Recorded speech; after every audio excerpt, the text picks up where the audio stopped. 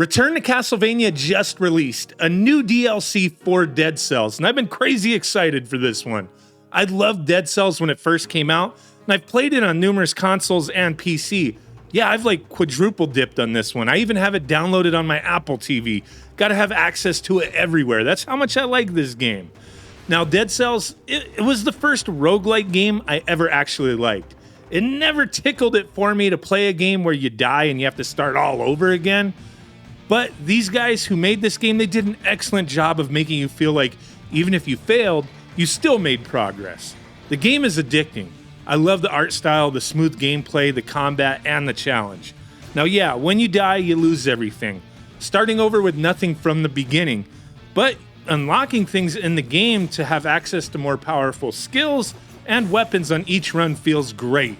It works, and I love it. So when the developer hit me up to give me a chance to play this new DLC early, obviously I was a bit excited. I've been looking forward to this one, so that was a pleasant surprise to hear from these guys. So I do appreciate it. Now I want to make a quick note for people who, we're going to get into this Castlevania DLC here, but a lot of people I'm sure have heard this game is a pretty difficult game, and it can be for sure. It does have a little bit of a learning curve with certain aspects of the game, but they have also included an assist mode that's essentially like dip switches for the game. I just want to give you a quick heads up on that. So it allows you to modify things like the enemy health, the damage they deal, have the entire map revealed from the get-go, set how many lives you have. You could respawn at checkpoints when you die instead of starting all over again. Just like a lot of little things that you can change to make the game easier or more accessible, which allows more people to play and enjoy it. You can use assist mode like training wheels if you want. Turn it off once you're more comfortable with the gameplay mechanics and just how everything works, or you can keep them on. Who cares? Just as long as you're having fun. I mean, it's a feature that they added a long time ago, and you can choose to use it or not use it, so that's up to you. But let's get back to this DLC. So Return to Castlevania costs $9.99 on every platform that it's available on, and it's full of content that I think justifies the price. For these guys to be given the Castlevania license is huge. So this DLC, it includes 2 new levels, and yeah, it's 2 levels, that's it. No, these things are huge, man. Full of secrets, especially Dracula's castle. Holy crap. There's so much space there and different things going on and secrets to find. And then there's also a bunch of new enemies. You also got 3 new bosses and obviously a Castlevania-themed storyline.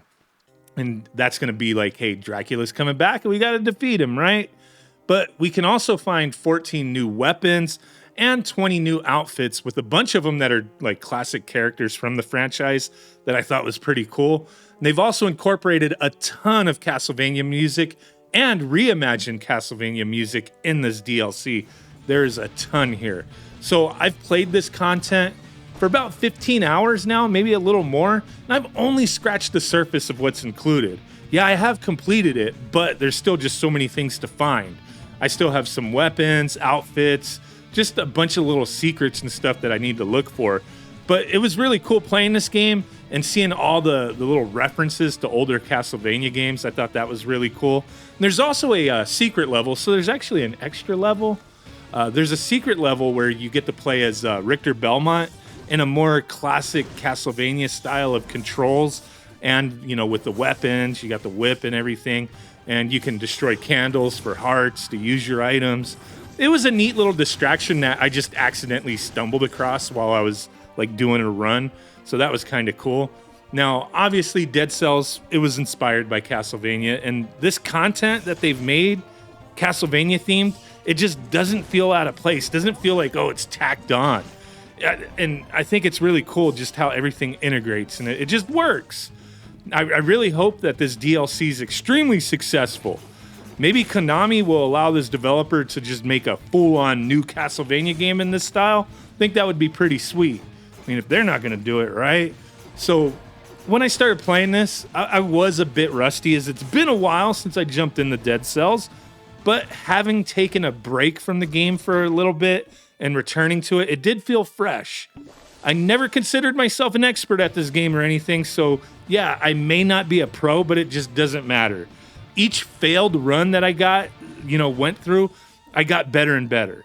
The first time I came across Medusa, holy crap, I was caught off guard, instantly died.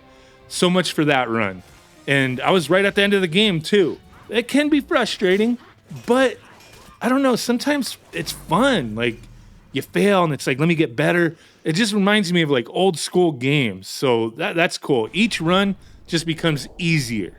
Now, I also got my ass handed to me by Death, which he's like, actually, when you finally figure him out, he's pretty easy. And that kind of sucked, but I came back to him prepared. And it was really awesome defeating him and getting the blueprints for his scythe, for his weapon. I love, like, every time I started a run and finding my, like, because I have random weapons set up, seeing that, like, hey, my starting weapon that was being offered to me was, like, Death's Scythe and then a cross. I love that combo. But all the weapons I found so far in the game, they were pretty cool. But that scythe is just badass, especially if you get like the higher leveled ones with the added effects to them. But the scythe, just the base one or any of them that you get with whatever modifiers and whatnot, they have an ability where it creates a ghost of an enemy you killed, and then those ghosts will like explode onto nearby enemies, like it'll seek them out and destroy them. Like, it gets chaotic with that weapon. It's almost easy mode at times, honestly. That's why I look forward to it. Like, man, I hope that scythe is sitting there. And then, like, if you get a higher leveled variant, it might even have, like, an added ability where if a ghost that was created kills another enemy, then that enemy turns into a ghost. And that just gets crazy. Then I also, like, after a while, I did find Alucard's sword in a later run. And, man, that weapon is wicked as well. It's kind of tough to decide which is my favorite because, yeah, they're both pretty powerful. So I know if you're already a Dead Cells fan, you probably already have this DLC on your wish list. And if you're a Castlevania fan but haven't played Dead Cells, hey, I'm highly recommending it. It's not even that expensive. You could find this game for a reasonable price for the base game. DLC's $10. So, I mean, if you're just starting out with this DLC, though, I want to give you a couple quick tips on how to access it, because I think some people may be confused. So when you start your run, you're in the prisoner's quarters, and you need to find a set of stairs where Richter Belmont is standing. So if you like find on the map stairs in the prisoner's quarters, that's where it's going to be at. And that's how you begin the Castlevania levels. And then once you manage to get to where you fight Death, if you defeat him, you need to start your run over, as you can only enter Dracula's castle once per run, and you've already entered it. So once you defeat Death, Alucard will tell you like the bad news of Dracula, returning, and he'll tell you like, hey, I need some time to figure this out. So now you start another run, get to the clock tower, and you defeat the Timekeeper boss. Then you'll be allowed to re-enter Dracula's castle for the final battle. You cannot enter Dracula's castle twice in the same run, so keep that in mind. But this second time, when you get to it for the final battle, it's a little different. Like, while you're going through the stage, Dracula's actually messing with you, so you got to watch out for that. It was pretty cool, man, flipping the stage upside down and stuff. It's nuts, but yeah. So while I think if you're a veteran Dead Cells player, you may be able to make quick work of these stages, but again, there is a lot of content here. Secrets, characters, and weapons to find. I think the replayability of just the base game is great. The DLC is awesome too, so in my opinion, it's well worth it. But just wait until you get to Dracula. Holy crap, he's ridiculously difficult. And he has multiple forms, just to, throw that out there. I'm not trying to, obviously you fight Dracula at the end. Come on, I'm not spoiling too much here. So, man, it really does suck that we haven't gotten a new full-on Castlevania game in a long while. But this definitely scratched the itch for me. And like I said earlier, I think it would be amazing if Konami asked like Motion Twin and Evil Empire to make an entirely new Castlevania game for them. I think they could handle it, and I'd be all for it. So go get this DLC. Or if you don't have Dead Cells, go grab a copy of that and get the DLC. It's an amazing experience and a game that has really left an impression on me like no other. It's rare for me to be this excited and positive about a game, and we're talking about DLC today, so yeah, I mean it. Go get this game. Unless, of course, you don't like Castlevania or the idea of a roguelike game, you know, makes you sick. But I'm telling you, I never liked that genre before. But these guys, they did something special with this game. It's worth giving it a chance. It's available on everything. You can even get the base game for less than $5 in the Google Play Store for like Android devices. Yeah, just play it, man. It's worth it. Appreciate you guys.